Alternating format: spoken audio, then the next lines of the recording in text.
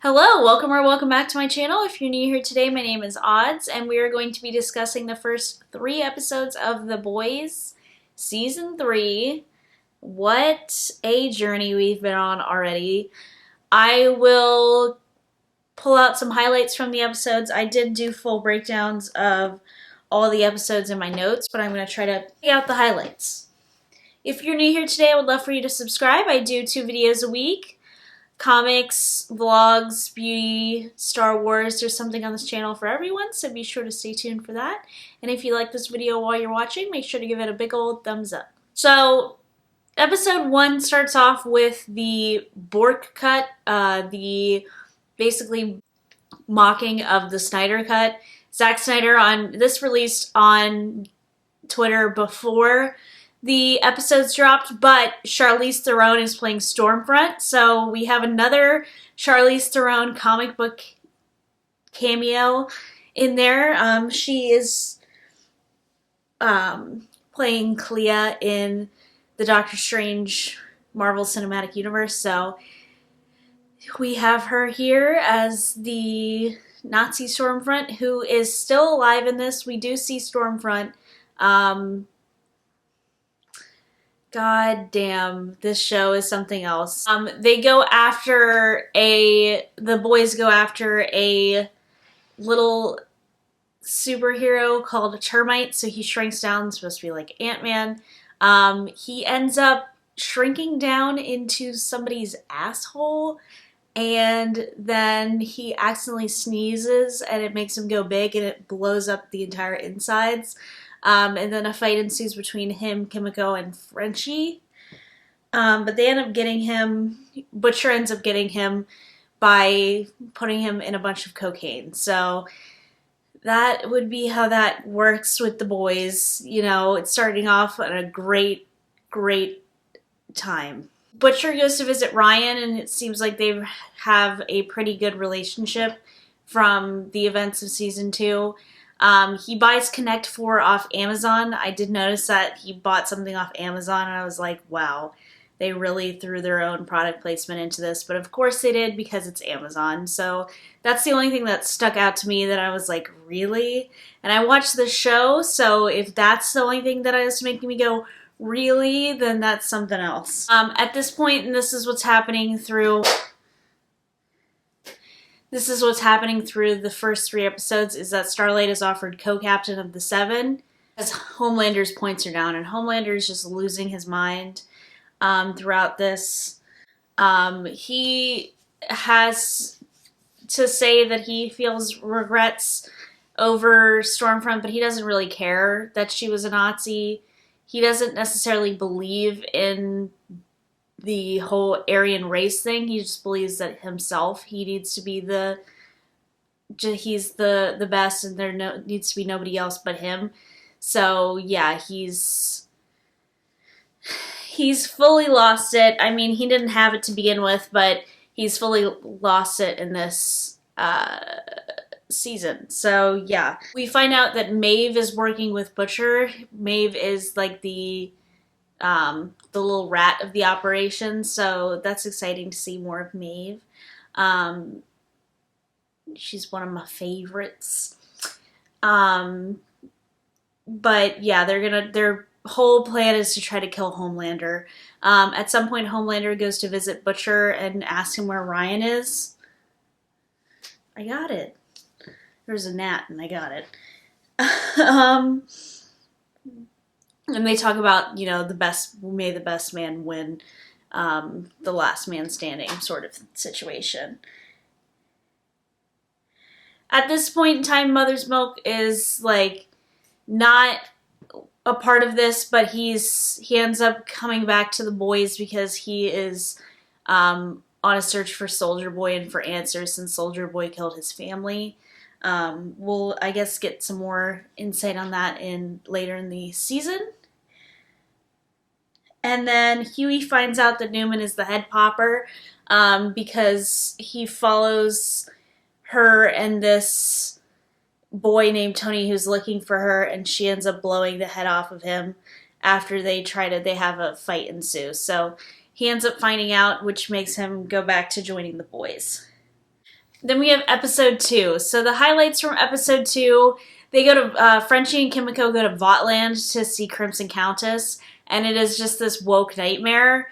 It is rainbow and Black Lives Matter capitalism just in full effect. I did love this. It was so on the nose that I really enjoyed it. But yeah, it was a literal woke nightmare. They chase her. She ends up killing one of the costume characters as Homelander, and she was like, Kimiko gets really upset after that whole situation because she knows she ruined like a lot of children's lives. Although it was Crimson Countess's fault, but at this point, A-Train is working on rebranding. He wants to get back to his roots. He tries to say that he's gonna make like this game that's taking place in the slave trade. It's really interesting. He just doesn't know the right way to go about it. I think that's gonna be his story arc for this season, is him connecting with his Black heritage and actually using his powers for good, since he can't run that much anymore since he has heart problems. We find out that Victoria Newman was named Nadia. She was from a superhuman group home. She was adopted directly, not really adopted, but she was taken by Stan Edgar and watched over as a teenager. It goes real deep with her and Vought, so yeah, interesting. Butcher at this time goes to visit Gunpowder, who was the sidekick of Soldier Boy. We find out that Soldier Boy was a pedophile. So that whole trope of the whole sidekick being a young boy being his little plaything is true, in this case at least. Homelander's gearing up for his birthday celebration, and while it goes down, he's supposed to save some woman for his yearly save, but he doesn't really care. And we find out that Stormfront committed suicide. She bit her tongue right off and committed suicide. So he basically, instead of this woman who decides that she doesn't want to jump, he basically forces her to jump and he doesn't save her. Lovely Homelander scene there.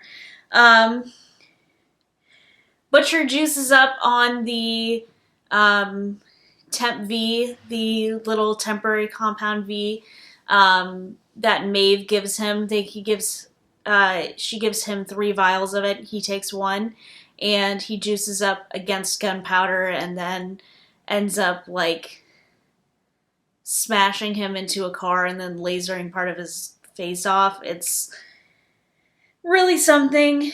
And then Homelander goes off the deep end at his birthday celebration. He gives this whole speech about how he's perfect and he shouldn't have to apologize and all that. And it was like the end of the episode, and Starlight's like, what is happening right now? Episode 3, we find out that Homelander's little speech ends up actually appealing to his base, because of course it does. And we find out that his numbers are up in the Rust Belt. So yay, and up about from white men. Not shocking. Kimiko breaks Huey's arm, so we have to get him out of going to work. So we do have there was a prosthetic arm that was used for this. Jack Quaid showed the behind the scenes of it. There was a fake arm used in the scene. Obviously, it's not real. She didn't actually break his arm. Frenchie meets up with his ex to get her out of the country because she is in trouble with one of the old Nina, who they used to work for, doing drugs and stuff like that. Flashback of young Mallory and the Payback team, which includes Crimson Countess, Soldier Boy, Swatto, There's 2 twins in this, and then Gunpowder. So, and Black Noir. So they used to be like the premier team before the 7. So they are in Nicaragua, and they pretty much infiltrate a military operation and try to take over that whole thing. They end up Swato ends up giving away their position by going on a joy flight, and they all get taken out except for Mallory and a couple of members of Payback, including Soldier Boy, whose body gets taken by the Russians. But we don't see him die. We just see that his body gets taken, and Crimson Countess was like, yeah, he's dead, he's dead. So, yeah, we know he's not dead based on the footage from the trailers that he's alive and, you know, he's super juiced. At this point, Homelander proposes to bring the Deep back into the 7. I didn't mention that throughout this whole time, Starlight is running this reality TV show to get 2 new members of the 7, one of which is an old boyfriend, and the other, there's 2 other women, but then Homelander proposes to bring the Deep back into the 7, and she's like, absolutely not. But then once his numbers are up, now Homelander can do what he wants, and she tries to blackmail him, and he's like, well, if they don't love me, then they can fear me, and I'm gonna go even crazier if you don't let me do this. So she does let him do that. They have this whole dinner, and Homelander forces the Deep to eat his octopus friend Timothy. So sad, rip Timothy. And he was alive too, and he's begging for his life. He's praying. He's saying, please don't eat me. And I'm like, oh no, not the octopus. And then at the very end of the episode, Homelander reveals a relationship between him and Starlight. Obviously, it's not true, but he did it to get under her skin. And she ends up giving him a big old smooch, which was, I don't like to see this. I don't like to see Homelander in any sense of happiness or trying to get his way. So that is the breakdown of the first 3 episodes. I am going to give you some questions that I have moving through the rest of the season. First question is, what havoc is Homelander going to drum up next? He is just so out of control that I just don't know what we're going to see from him. We're apparently going to see Herogasm this season, so excited and scared to see that. But I don't know, this whole thing with Starlight is very scary. Like, I don't know how far it's going to go, and I don't want to see how far it's going to go. But she has to grin and bear it while they look for this weapon that can kill him. Yeah, I don't know. Next question is, what happened to Soldier Boy, since we know he's still alive? This is probably going to be answered in the next episode, if not episode 5, because they decided they're going to go to Russia. But I think it'll probably be answered next episode, what exactly happened to him. If he was probably taken like the Winter Soldier was, and experimented on and tried to brainwash to be a Russian soldier.